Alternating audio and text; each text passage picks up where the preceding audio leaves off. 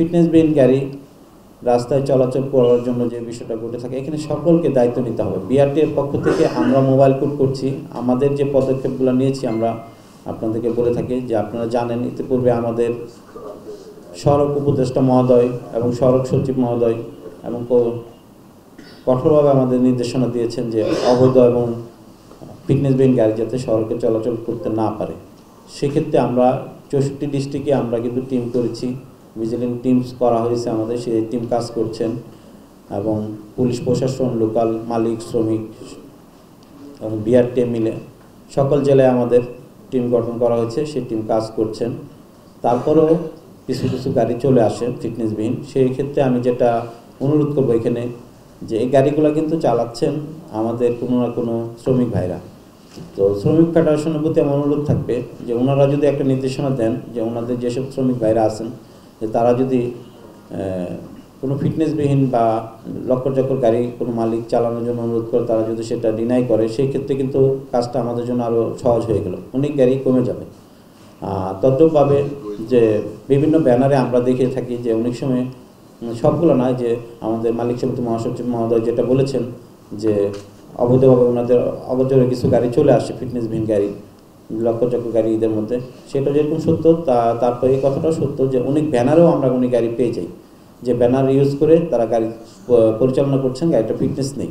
সেক্ষেত্রে আমি মালিক সমিতির মহাসচিবের অনুরোধ করব যে আপনাদের সমিতির পক্ষ থেকে যতগুলো ব্যানার আছেন যারা গাড়ি পরিচালনা করেন তাদেরকে যদি একটু অনুরোধ করেন যে ওনাদের পক্ষ থেকে যে কোনো ধরনের যেসব গাড়ির ফিটনেস নেই বা একটু ত্রুটিপূর্ণ সেই গাড়িগুলো যাতে সড়কে না নামিয়ে আনে, সেটা আমি ওনাদের পক্ষে অনুরোধ করছি। আর বিআরটি এর পক্ষ থেকে আমরা মোবাইল কোড করছি, সামনেও করে থাকবো ইনশাল্লাহ। যে টিমটা করেছি সেই টিম কাজ করছে। আর যাত্রী কল্যাণ মহাসচিবের যে একটা 2 নম্বর একটা অনুরোধ ছিল যে আমাদের যে ভিজিলেন্স টিম, সেই টিমে ওনারা কাজ করছেন, আমি ওনাদেরকে ওয়েলকাম জানাচ্ছি। আমাদের সকল জেলার যে টিমগুলো আছে ওনাদের সদস্যরা আমাদের সাথে অবশ্যই থাকবেন এবং কাজ করবেন, মনিটরিং করবেন এবং ওনারা আমাদের সাথে আছেন। ইতিপূর্বে এই টিমে আমাদের মালিক, শ্রমিক, পুলিশ সকলে আছেন, এখন থেকে যাত্রী কল্যাণের ওনারাও আমাদের সাথে থাকতে পারবেন। আর ঈদের পূর্বে এবং ঈদের পরে যে দুর্ঘটনার যে আমাদের যে অভিজ্ঞতা আমরা দেখেছি যে আপনার ঈদের পূর্বে এবং পরে কিছু সিনিয়র ড্রাইভার থাকে যারা খুব ভালো ড্রাইভ করেন রাস্তাঘাটে, বাট ওনারা ছুটি নিয়ে যায়। এটা আমি কয়েক বছরে অ্যানালাইসিস করে দেখলাম যে ঈদের পরে বিশেষ করে ঈদের পরবর্তী যে দুর্ঘটনাগুলো ঘটে সেগুলোতে দেখা যাচ্ছে যে সেই গাড়িটা যে ড্রাইভার ড্রাইভ করতো সে ড্রাইভার ঈদের পর হয়তো ছুটি নিয়েছে, তার হেল্পার বা সহযোগী ড্রাইভার গাড়িটা ড্রাইভ করে থাকে, রাস্তাঘাট ফাঁকা থাকে, দুর্ঘটনার একটা প্রবণতা বেড়ে যায়।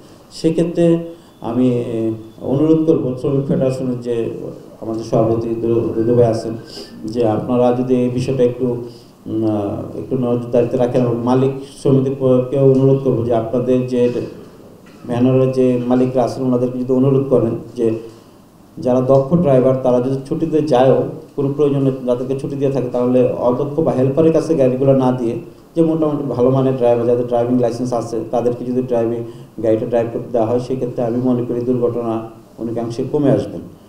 আরেকটা বিষয় আমরা লক্ষ্য করে থাকি যে ঈদের পূর্বে এবং পরে যে মোটর বাইক, যে অনেকেরই ড্রাইভিং লাইসেন্স থাকে না, অল্প বয়সের বাচ্চারা যারা 14-15 বছর বাচ্চা তারাও ড্রাইভ করছেন। হ্যাঁ, এবং এটা আসলে হয় কি ছুটি থাকে, স্কুল কলেজ ছুটি থাকে, অনেকে গ্রামের বাড়িতে বেড়াতে যায় বা শহরে ফাঁকা থাকে, এই সুযোগে অনেক বাচ্চা কাচ্চা বা অনেকে আমি দেখছি এই ড্রাইভটা করে। এটা আপনাদের কাছে অনুরোধ করবো সাংবাদিক ভাইদেরকে আপনারা একটু সচেতনতা বৃদ্ধি করবেন এবং এই বিষয়গুলো উঠিয়ে ধরবেন যে দুর্ঘটনার কারণ কীভাবে হয়। কারণ ইতিপূর্বে যেসব দুর্ঘটনাগুলো ঘটেছে সেখানে ম্যাক্সিমাম আমি দেখছি মোটরসাইকেল যে দুর্ঘটনা তাদের ড্রাইভিং লাইসেন্স থাকে না এবং অল্প বয়সের বাচ্চারা এই ড্রাইভটা করে থাকে। কারণ থাকে তার স্কুল ছুটি থাকে, রাস্তাঘাট ফাঁকা থাকে, বাসায় তার না অথবা তার বড় ভাই বা অন্য কারো একটা বাইক আছে সেটা নিয়ে রাস্তা পরিচালনা করতেছেন। সে বিষয়টা আপনারা একটু নিয়ে আসবেন আমি আশা করছি।